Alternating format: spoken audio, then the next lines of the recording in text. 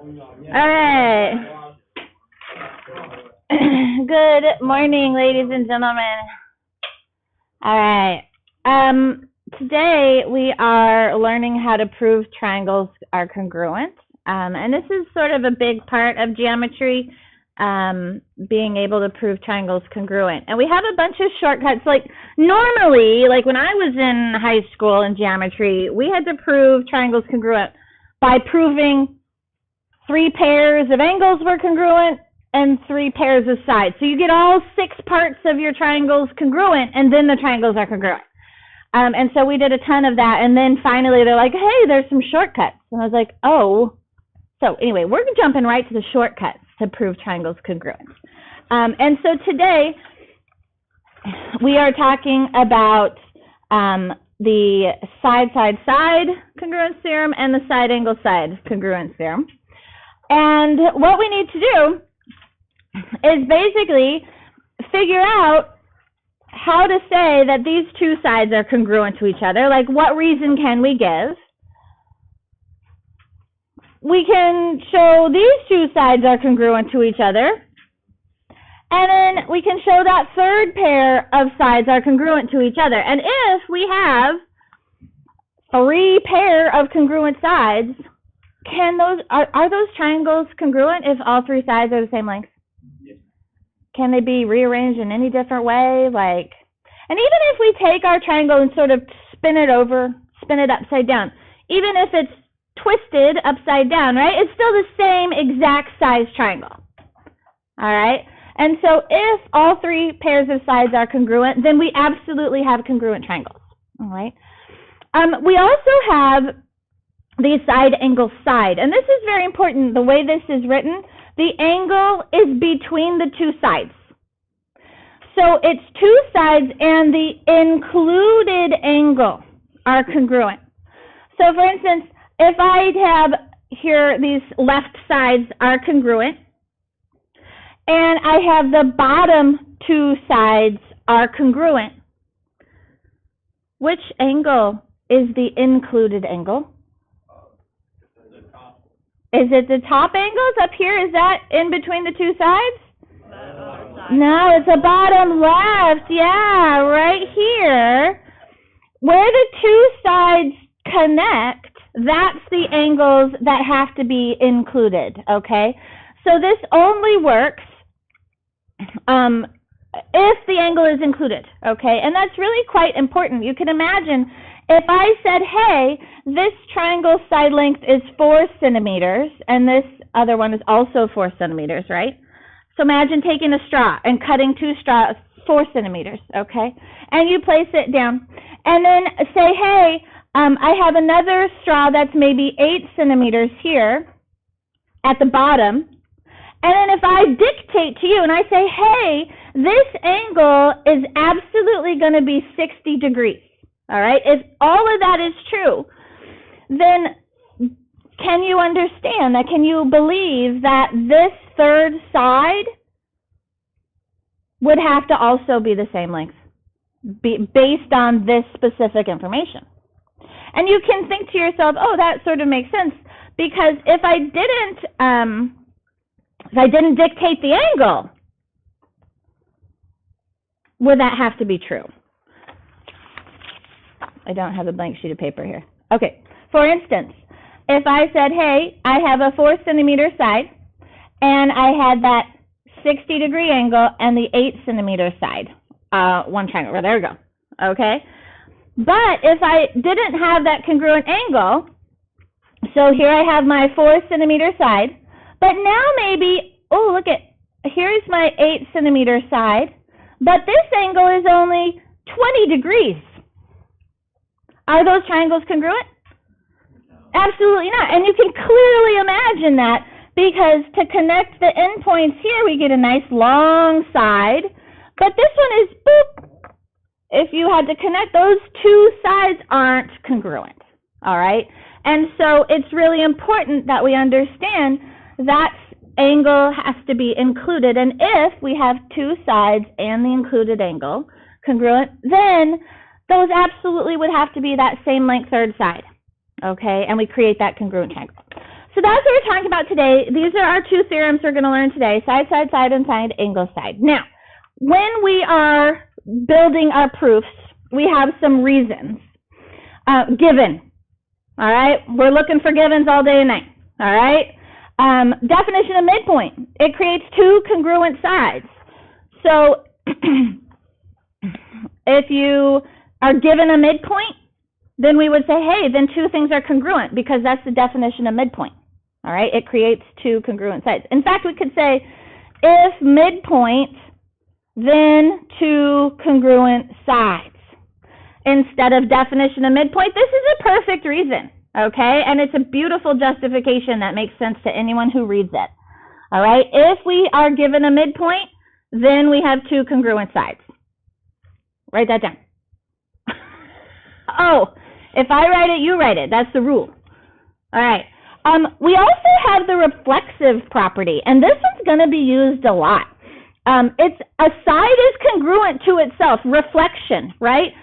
Your reflection, totally identical, all right? Maybe there's a side that's in both triangles. It overlaps. It's a part of both triangles. It must be congruent to itself, okay? So this is definitely something we use a lot to give us congruent sides. And reasons for congruent angles. Hey, it's given. Vertical angles. What's our reason? Vertical angles are congruent, always, all right? If we have parallel lines, so that's another reason. If parallel, then alternate interior angles are congruent. Corresponding angles are congruent. So we have all of those parallel line theorems still coming into play, okay? And then angle bisector. Again, if we're given an angle bisector, if angle bisector, S-E-C-T-O-R, then two congruent angles. That is the definition of an angle bisector. An angle bisector will create two congruent angles. And so here's a great reason that is, I think, a lot more descriptive than just definition of angle bisector. So I'd rather see if-then statements in your reasoning. So let's try a few here today.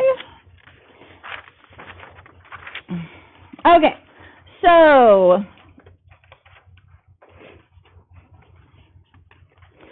these first proofs are using the side, side, side theorem, and we're just going to go straight down here. We're just going to jump right in to the proofs because I think we talked enough about the three sides. So here we go. We're using side, side, side. So let's look here. What's given? PQ, segment PQ is congruent to segment ST. What's our reason? Given. Yeah. Okay, what should we do to our picture? Mark it up.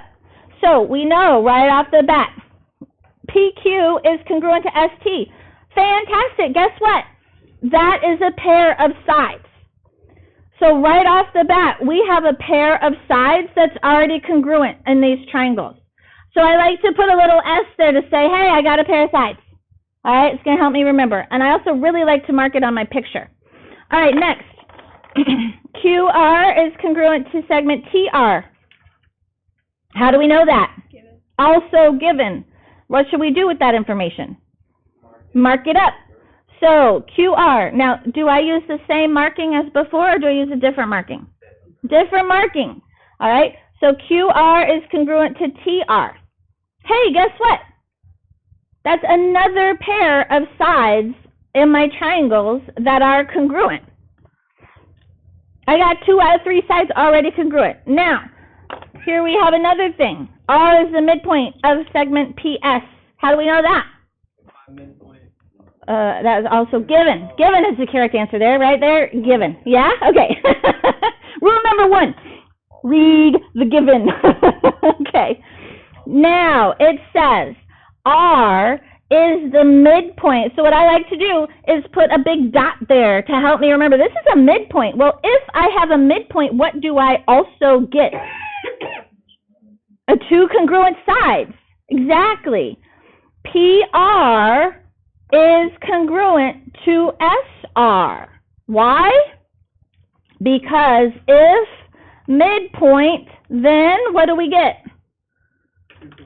Two congruent sides. All right, and that is my third pair of congruent sides. If I had 3 pair of congruent sides, do I have congruent triangles? Yes. Yes. Why are my triangles congruent? Side, side, side. That's it. The side, side, side theorem. Easy or hard? Easy. Pretty easy, eh? Okay. Let's keep going. Oh, man. All right, rule number 1, read the given. Mark it up. All right, JL is congruent to NM. That is the first thing here. It is given. What do I do with this information? Mark it on my picture. All right, JL is congruent to NM. Hey, what's that? Pair of congruent sides. I'm going to mark it on my picture. It's the best place to mark it. I have K is the midpoint of JN, and LM. So K is the midpoint of JN. Why do I know this? It's given. Hey, I want to mark it on my picture. It says K is the midpoint of JN. Well, here's JN. So that's this segment right here. If K is the midpoint, what do we know? What are congruent? JN is a whole big segment. Is that? JK and KN are congruent. From that first thing, just looking at segment JN, K is the midpoint of it. It's going to create 2 congruent segments. So that's what we have first here. JK is congruent to NK. Why? Because if midpoint, then 2 congruent sides. All right, now it also said that K is the midpoint of segment LM. So here, K is the midpoint of LM. That's this piece. So if K is the midpoint of this segment, what is congruent? LK. LK and KM are congruent. And that's what it says next. LK and MK are congruent because if midpoint, then 2 congruent sides. All right, and that is another pair. I didn't mark my pair of sides on before. All right, so that is another pair of congruent sides. So look at our triangle here. Side, side. Side, side, side. Our triangles are congruent by side, side, side. Side, side, side theorem. All right, pretty good? All right, turn the page.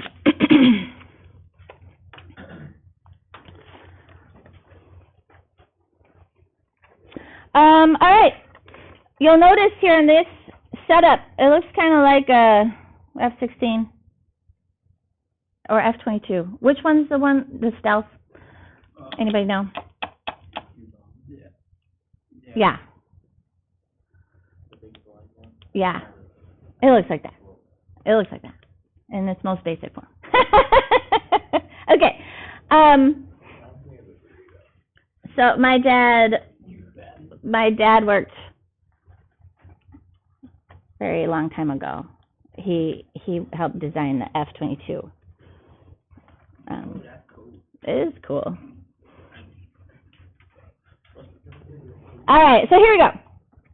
You'll notice in these 2 triangles, do they touch? Do they have a side in common? AB, yeah. Both triangles are using one side. Okay, that's the reflexive property. Okay, so we're going to be using that. Let's look here. AC is congruent to AD. AC is congruent to AD. Got to write that down. AC is congruent to AD. Why? Given. And when I look at my picture, that is a pair of congruent sides. All right.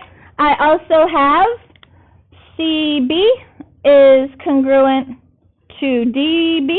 All right, hey, that's another pair of sides. So CB is congruent to DB. Why? Given. Given. And then could we do that, like, B is the midpoint? No. We cannot assume unless they tell us. Quentin. Because they're both sharing one side, A and B must be congruent. AB, segment AB is congruent to itself. What property allows us to say something is congruent to itself? The reflexive property. The reflexive property. Something is always congruent to itself. It just totally makes sense, right? It's in both triangles. It's part of both triangles. And so we have side, side, side. Hey, we've got our side, side, side, and those triangles must be congruent. So triangle ABC is congruent to triangle ABD. Okay? You good with that? Okay. So, really nice. Now, we also have these side angle side proofs, okay? And so, again, it's really, really, really important that when we prove, we have to see that we have a pair of sides, that we have an angle pair, and then we have another pair of sides congruent, and that the angle has to be in between. And so as you look at my little labels that I like to mark on my picture, you can see they repeat, they go one right after the other. They don't do any skipping. We do a side, hit the angle, and then the side. Side, hit the angle, and then the side. And I don't have to skip any parts, okay? It's one right after the other. So we have to be really, really careful that that angle is between the two sides that are congruent. All right, so let's see how this looks here. So JM is congruent to LN. That is given. And I'm going to mark my picture. Mark it up. JM is congruent to LN. What is that? A pair of sides. I'm going to mark my picture.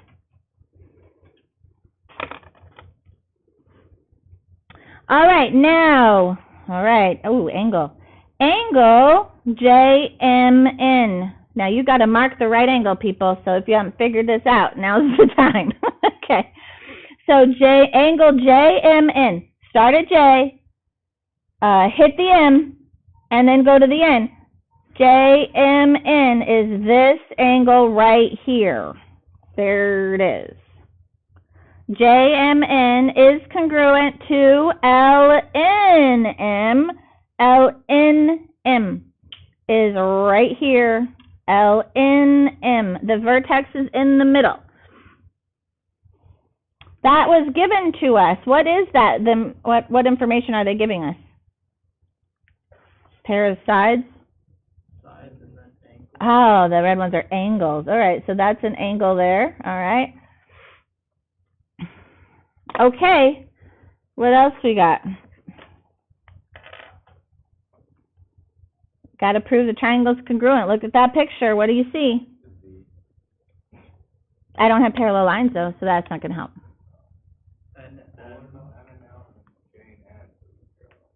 No, they're not. Did they write that down anywhere? Yeah. NM is congruent to itself. Why is N congruent to itself? Reflexive. It is in both triangles. It's part of both. They share a side. It's like sharing a wall in an apartment with your neighbor. That is another pair of sides. So you can see as we look here, we have a side, we hit the angle, and then another side. So how are these triangles congruent? SAS, side, angle, side. All right. Good? Crazy? All right. We're going to keep going.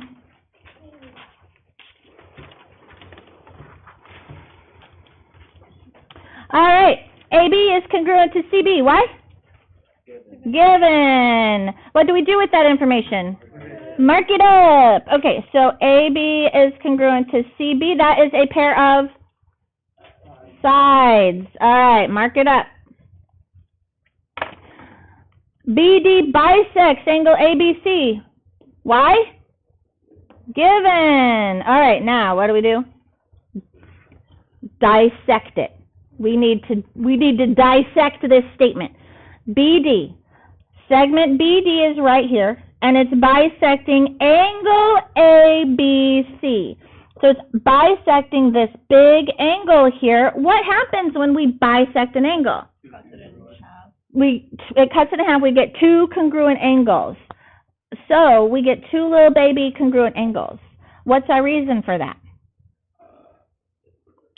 If angle bisector, then two congruent angles. If we get an angle bisector, then we get two congruent angles. You can see that is angle ABD and little angle CBD. So that is right there, a little pair of angles that are congruent.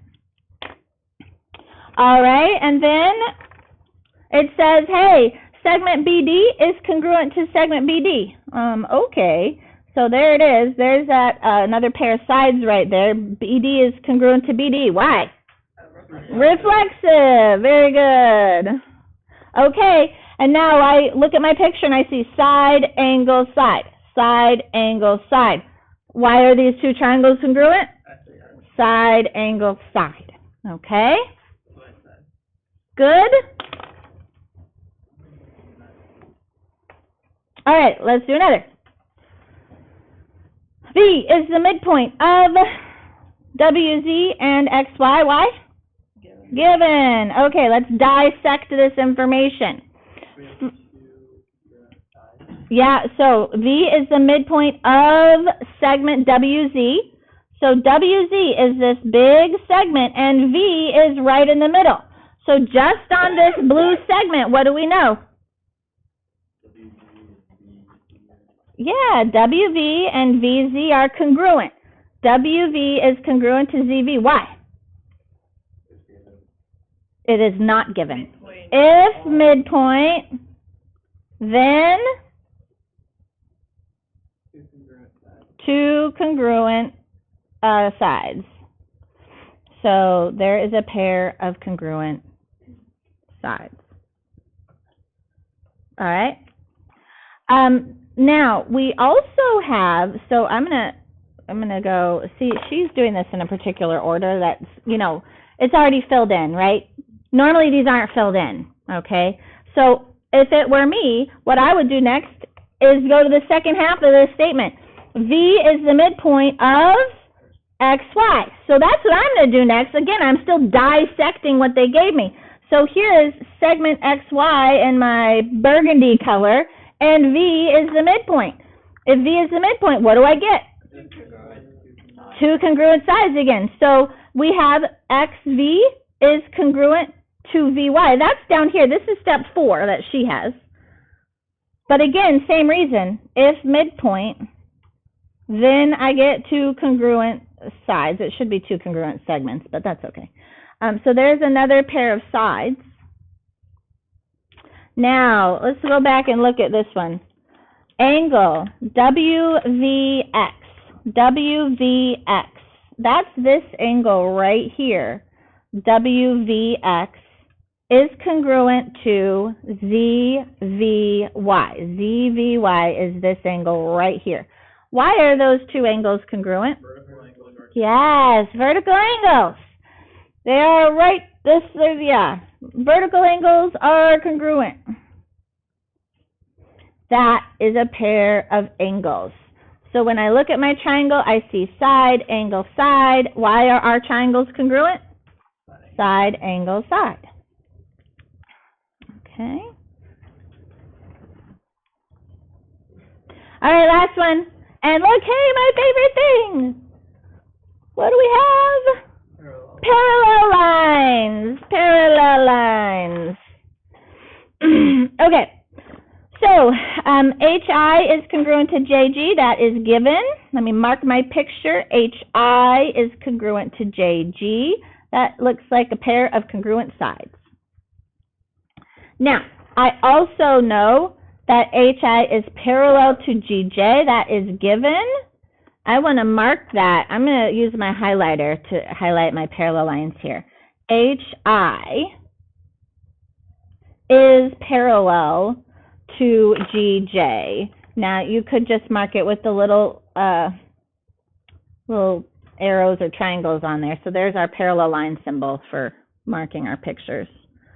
All right, anytime we have parallel lines, what do we look for? The Z shape. Do you see it? Yeah. Yeah? Okay. So we have a parallel line, we've got a transversal, and then we hitting up another parallel line. So what angles are congruent? Yeah, alternate interior. Alternate interior angles, yeah. So name them. H and... How many angles are at angle H? 3. 2 babies and a big one. So we got to be more specific. IHJ. IHJ, there we go. So that angle, IHJ, is GJH, right there, GJH. There's our 2 alternate interior angles. If parallel lines, so again, we see parallel lines, and I'm using that in my next reason. If parallel lines, alternate interior angles are congruent. That is a pair of angles now that are congruent. And then what else do we see in this picture?